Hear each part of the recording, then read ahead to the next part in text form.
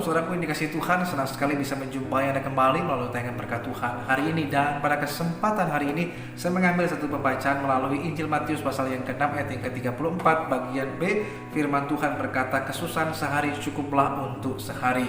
Saudara yang dikasihi dan diberkati Tuhan, apa maksud dan tujuan Tuhan ketika Tuhan berkata, kesusahan sehari cukuplah untuk sehari? Yang pertama, saudara yang dikasihi Tuhan, Tuhan menghendaki agar saudara dan saya itu dapat menjalani tapi juga sekaligus menikmati hidup yang Tuhan berikan dalam hidup kita bersama. Sayangnya hari-hari ini banyak orang yang sedang menjalani hidup mereka, menjalani pernikahan mereka, menjalani usaha dan pelayanan dan lain sebagainya. Namun sayangnya mereka tidak menikmati apa yang sedang mereka jalani dalam kehidupan mereka. Nah, salah satu penyebabnya adalah ketika kekhawatiran itu muncul dan kemudian menguasai di dalam kehidupan kita, maka kekhawatiran itu hanya akan menambah kesusahan dalam hidup kita, hanya akan menambah kesusahan dalam keluarga kita, hanya akan menambah kesusahan di dalam pernikahan kita apabila kekhawatiran itu diizinkan masuk dan menguasai di dalam kehidupan kita.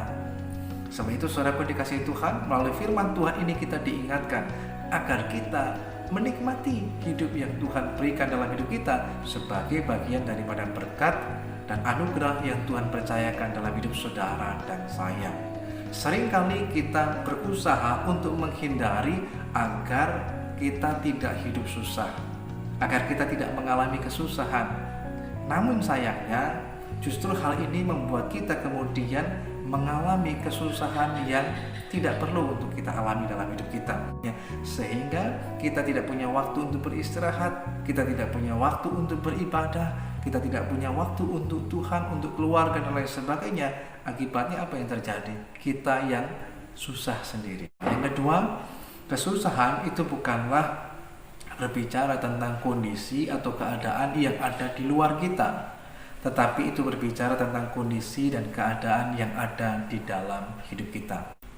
Selain dikasihi Tuhan, yang perlu Anda ketahui adalah bahwa bisa tidur nyenyak itu adalah berkat.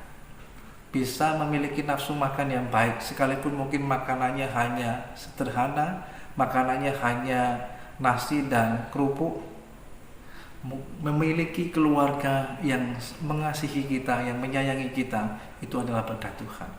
Tapi juga dapat mengenal Tuhan yang hidup dan dikenal oleh Tuhan yang hidup, itu juga adalah berkat yang luar biasa. Saudara yang dikasihi Tuhan, orang susah itu bukan karena orangnya tidak punya uang. Orang susah itu bukan berarti karena orangnya tidak punya harta. Tapi orang susah karena mereka tidak punya rasa aman, rasa cukup, dan rasa syukur di dalam hidupnya. Yang terakhir, saudara yang dikasihi Tuhan, ketika Tuhan berkata, kesusahan sehari cukuplah. Nah, yang menarik, Tuhan berkata ada kata cukup. Nah, kata cukup itu artinya kita sadar dalam diri kita, kita perlu memastikan bahwa sebelum kita mengakhiri hari kita, kita mesti berkata cukup.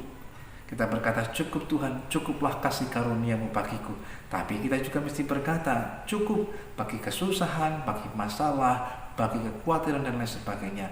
Sebab itu saudara yang dikasihi Tuhan, sebelum kita mengakhiri hari kita, pastikan Anda datang kepada Tuhan, menyerahkan semuanya kepada Tuhan. Kita belajar untuk hidup dengan iman, percaya tapi juga sekaligus mempercayakan kehidupan kita sepenuhnya kepada Tuhan. Maka ketika kita sudah menyerahkan semuanya kepada Tuhan, kita percaya bahwa semua ada di dalam tangan kendali Tuhan. Sebab itu kita tidak perlu khawatir lagi, tidak perlu terus berpikir yang berlebihan sehingga membuat kita tidak bisa tidur, sehingga membuat kita tidak bisa makan, sehingga kita tidak bisa mengalami bahagia dalam hidup kita. Justru yang terjadi, kita tambah susah. Sebelum kita mengakhiri hari kita, mari kita datang kepada Tuhan dalam doa, menyerahkan semuanya kepada Tuhan sekaligus bersyukur untuk anugerah dan pertolongan Tuhan, karena kita yakin Tuhan yang baik menyertai tapi juga sekaligus memelihara dalam hidup kita. Tuhan Yesus Kristus mengasihi dan